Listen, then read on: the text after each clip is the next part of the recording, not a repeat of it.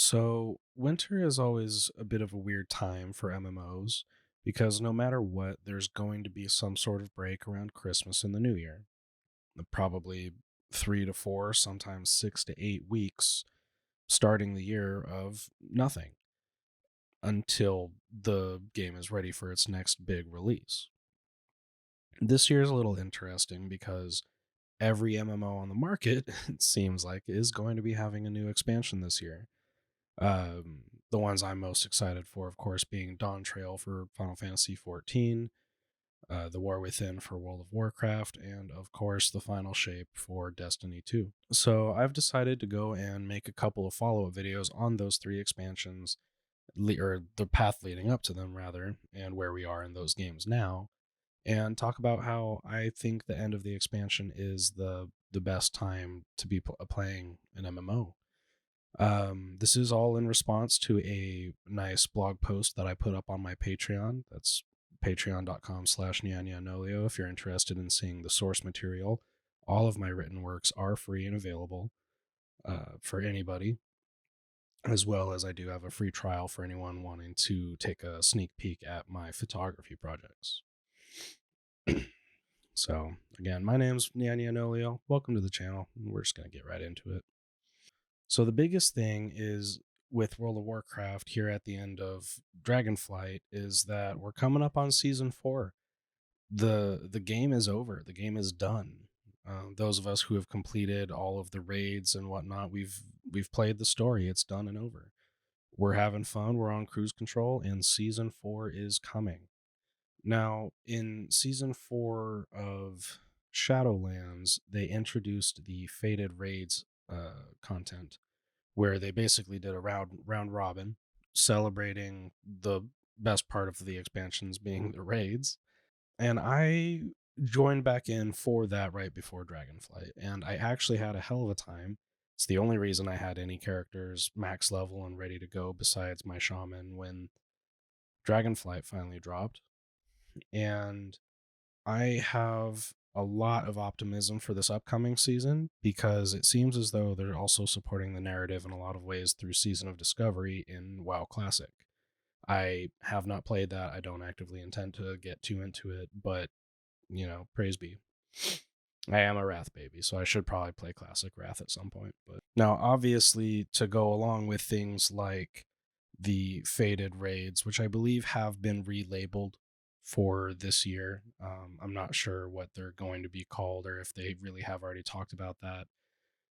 Blizzard did do this fun poll to get everyone's input on what gear should be dropping from those raids, which does have me itching my brain because I would rather have all three tier sets be actively available and competing with each other. I think it'd be really cool. But more than anything, I think it provides a plethora of actual end game activities post completion of the quests and the quest lines that many people may just not have touched since Dragonflight launched. We've got stuff like the entire Valdrakken Accord campaign following up the direct Dragonflight campaign. We've got the Blue Dragonflight campaign, which is just stellar. I would argue it's one of, if not the best singular quest line in World of Warcraft, on the level of a lot of the best stuff from Final Fantasy XIV, just in a much smaller package. So, highly, highly recommend getting some of those quests done. Personally, right now, I'm working on my Explorers Guild. I honestly forgot the name of that faction, but I'm working my way through those renown campaigns that were less integrated into the later patches of point 1 and point 2. But I'm absolutely loving it and getting to spend some time in the open world regions that I had previously skipped to go do harder end game content. It's really cool having the finished product available to explore in more of that Skyrim attitude that a lot of people have. That also being said, many people have not actually taken the time, as I understand it, to fully explore the Zeralek Caverns from the 10.1 patch. That was a surprisingly dense area, and there's actually a lot of really cool collectibles and, of course, the dragon flying talent points to be collected in those lower zones. Highly recommend. I know I'll be taking a second to do that. And this all comes together, like I said, to show a finished product that is only really available for a number of months every couple of years, right? At once all of the content has been released, we have it as it is front to back. And Dragonflight's a great example of how that's not always the best thing.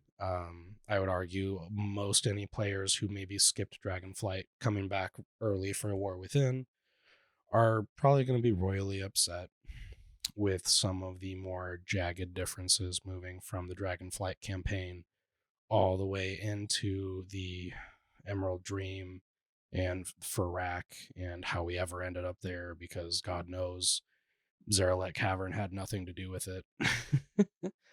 um, and if for some reason you're hearing this before you've played through, go online, go to Wowhead, wherever you can find the guide, play the expansion chronologically.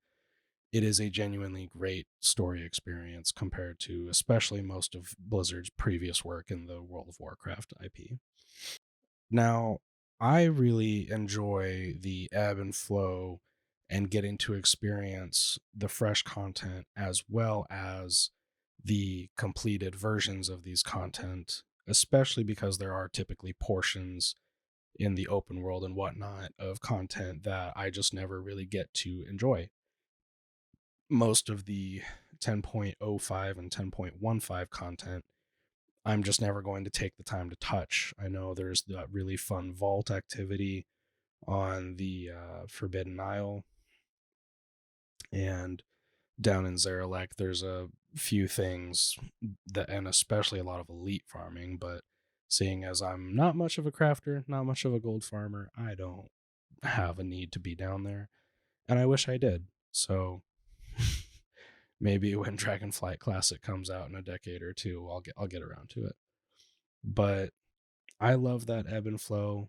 I know not everybody is about it, but here at the end of the expansion, when it all comes together, I'm really looking forward to not just the War Within, but enjoying the rest of my time in Dragonflight. I'm working on finishing my normal raid progression with my monk while leveling my Death Knight and trying to finish up my heroic progression with my shaman even.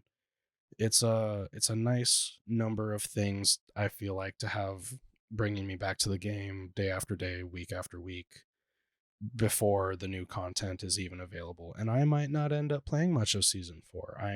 I'm still needing to get caught up with Final Fantasy 14. I'm still trying to take care of my seasonal goals and whatnot with Destiny 2 before the final shape comes out. It's going to be a really long year of new content from amazing games. So, if you have any thoughts on this, I'd love to hear them below. And obviously, if you'd like to read the source content, like I said earlier, go ahead and pop over to the Patreon. Depending on when you've seen this, it might even just be on my website. So if you would rather be interested in all of my different projects, you can always go to ramblingsofaCasual.com. Appreciate you. You have a wonderful day. Bye.